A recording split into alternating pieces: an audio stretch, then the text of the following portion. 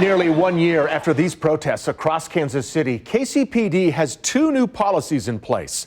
Good evening. I'm Brad Stevens. And I'm Carolyn Long. One goal, to prevent situations just like this one, where a man was pepper sprayed at close proximity.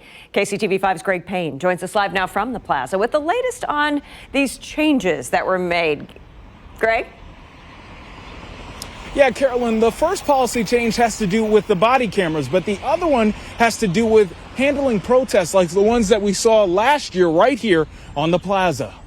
Hands up, don't shoot! Last summer, hundreds of protesters gathered day and night at the plaza after the death of George Floyd. Hands up, don't shoot! A demand for racial justice and the end to police brutality in the country. We've been working on this issue since 2013, not for 10 months, but nearly 10 years.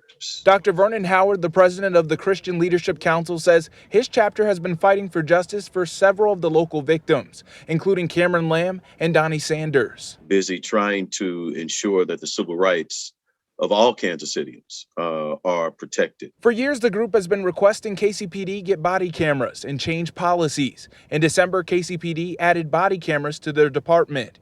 And just this week, 2 police reforms were approved. One applies to the cameras. It requires officers to wear body cameras during every interaction with the public, and that all footage not being used as evidence must be retained for 180 days.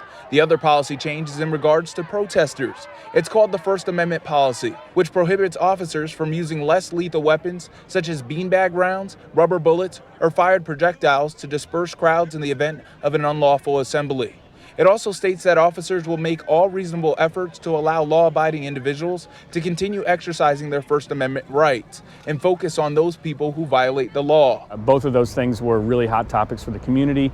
They wanted that for the accountability of our police department, and the community deserves that. But the new policy still will allow the use of tear gas, which KCPD says is still a useful and safe way of dispersing an unlawful gathering or crowd.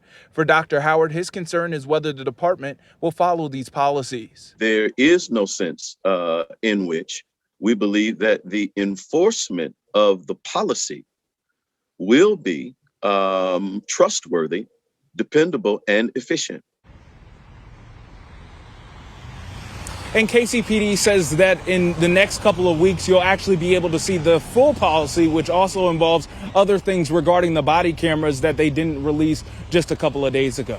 Reporting live here from the plaza, I'm Greg Payne for KCTV5 News. Thank you, Greg.